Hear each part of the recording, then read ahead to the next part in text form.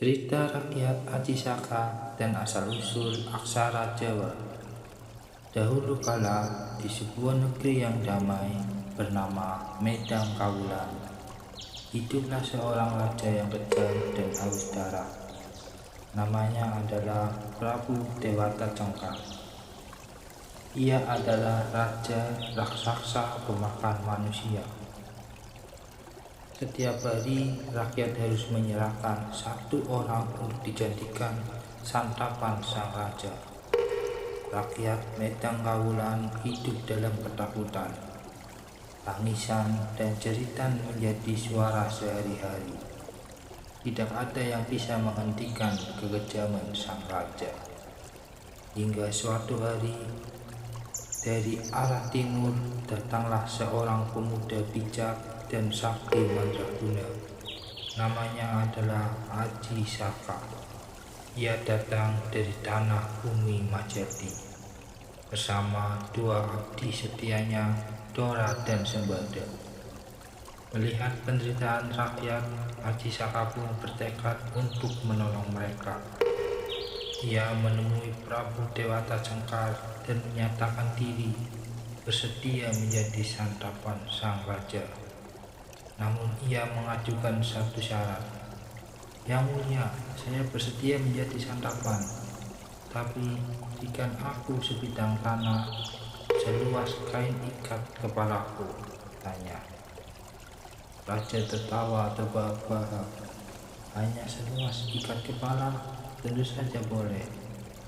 Namun siapa sangka, kain ini adalah kain pusaka.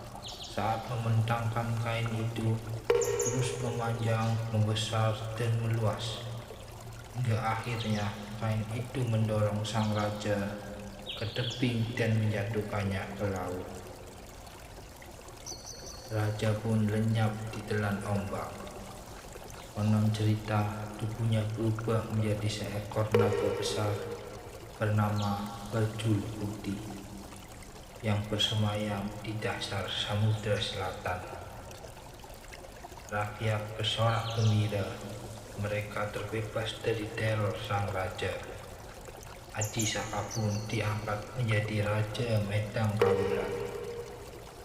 Pemerintahannya adil dan bijaksana.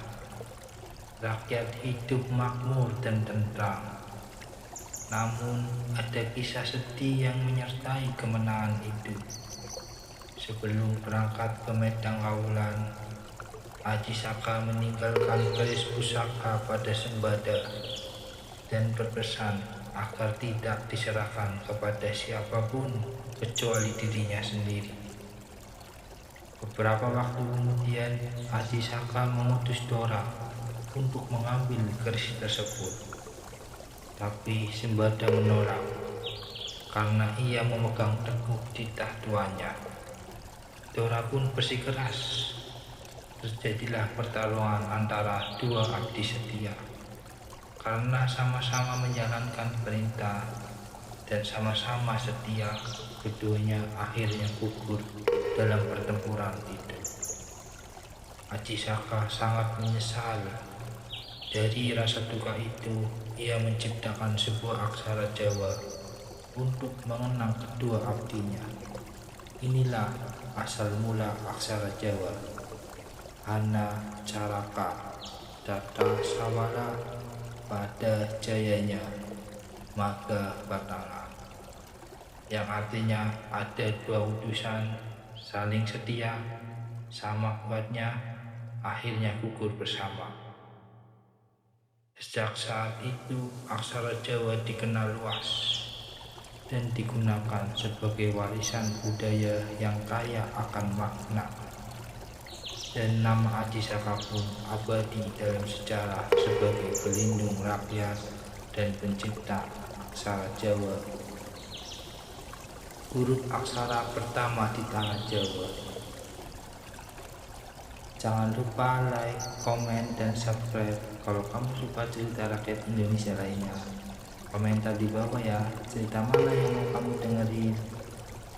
Sampai jumpa di cerita selanjutnya.